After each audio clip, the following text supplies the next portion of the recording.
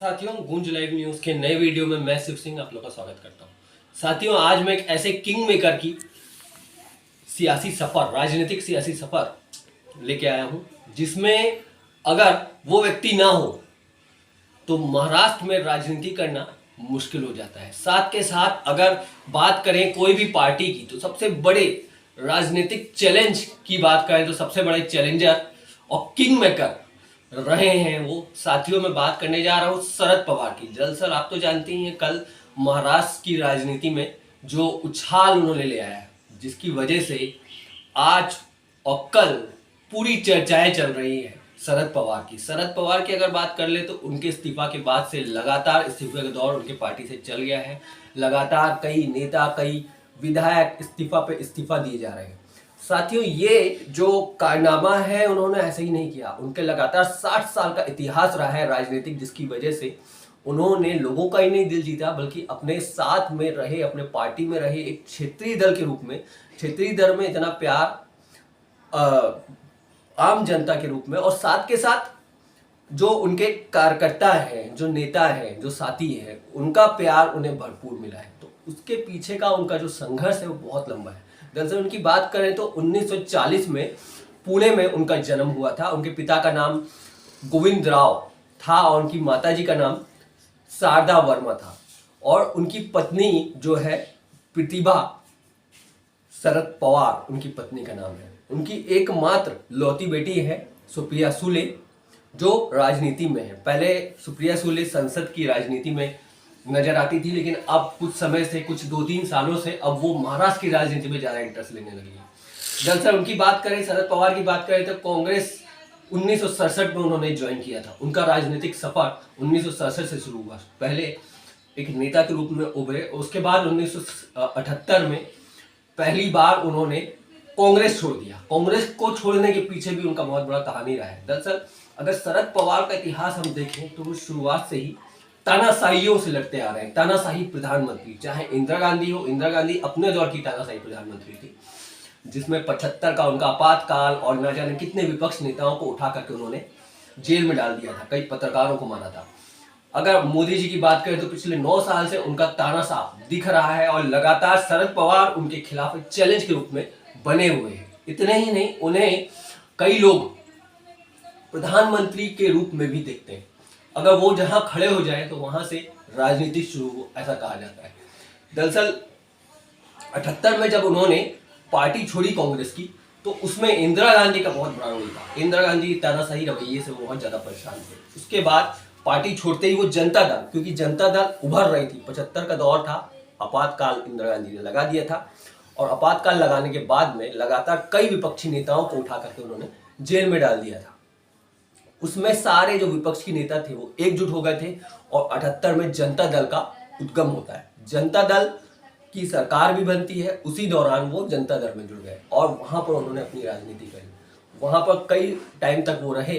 उसके बाद सन 1980 में पहली बार वो महाराष्ट्र के मुख्यमंत्री बनते हैं, और उनके मुख्यमंत्री बनते ही, क्योंकि केंद्र में बैठी थी इंदिरा गांधी ने महाराष्ट्र में जो सरकार थी, उनके मुख्यमंत्री जब वो थे, और साथ में कई निर्दलीय नेता उनके साथ जुड़े हुए थे, तब इंदिरा गांधी ने महाराष्ट्र की जो सरकार थी उसको पूरी तरीके से इलीगल घोषित करके बर्खास्त कर दिया था सरकार को।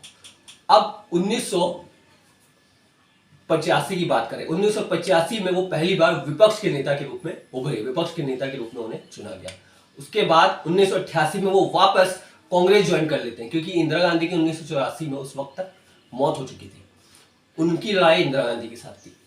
अब जब उनकी मौत हो गई तो वापस वो कांग्रेस में जुड़ जाते हैं। कुछ समय रहते हैं, फिर राजीव गांधी की हत्या हो जाती है 1989 में। उसके बाद वापस वो छोड़ देते हैं कांग्रेस को, और 1990 में वो दूसरी बार मुख्यमंत्री बनते हैं। ये टाइम वो था जब उन्होंने अपनी राजनीति का सारे दांवपेच खेलते हुए निर्दलियों के साथ मिलकर के 1990 में वो दूसरी बार मुख्यमंत्री बने।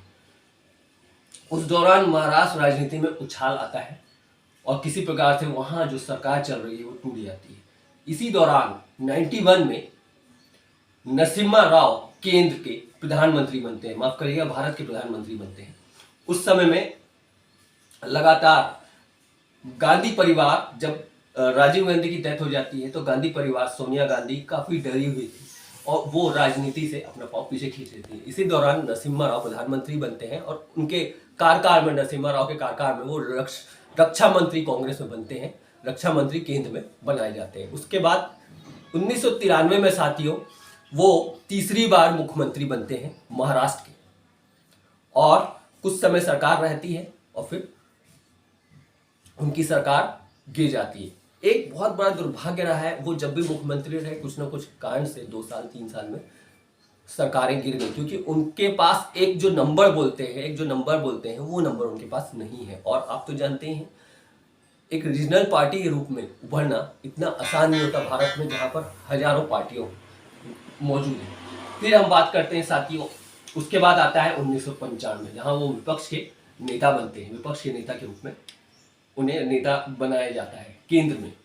उसके बाद लगातार वो रहते हैं। उस दौरान उसके बाद 1999 में वो कांग्रेस किसी कारण से कांग्रेस छोड़ देते हैं और वापस फिर वो अपनी एक पार्टी बनाते हैं, जिस पार्टी का नाम होता है एनसीपी, जिसके वो राष्ट्रीय अध्यक्ष बन जाते हैं, जिस क्षेत्रीय पार्टी के वो नेता के रूप में उभरे और आज तक वो उस पार्टी के नेता थे। मतलब कल उन्होंने अध्यक्ष पद को इस्तीफा दे दिया।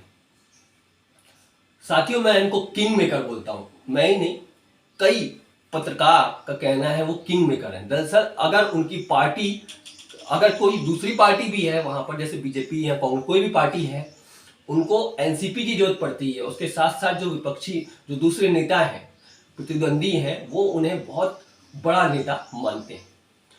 अब बात कर लेते हैं उनका सफर 2000 के बाद का क्या रहा है साथियों। 2005 में उन्हें क्रिकेट बोर्ड का अध्यक्ष बनाया जाता है, 2005 से 2009 तक रहते हैं।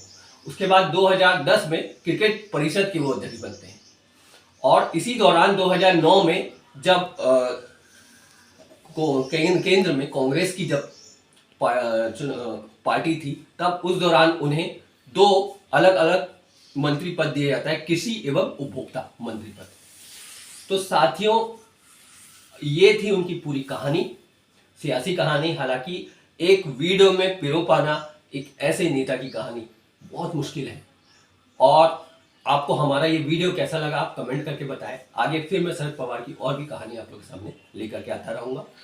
फिलहाल के लिए गूंज लाइव न्यूज से शिव सिंह को इजाजत दीजिए। आगे फिर किसी वीडियो के दौरान हमारी मुलाकात होगी।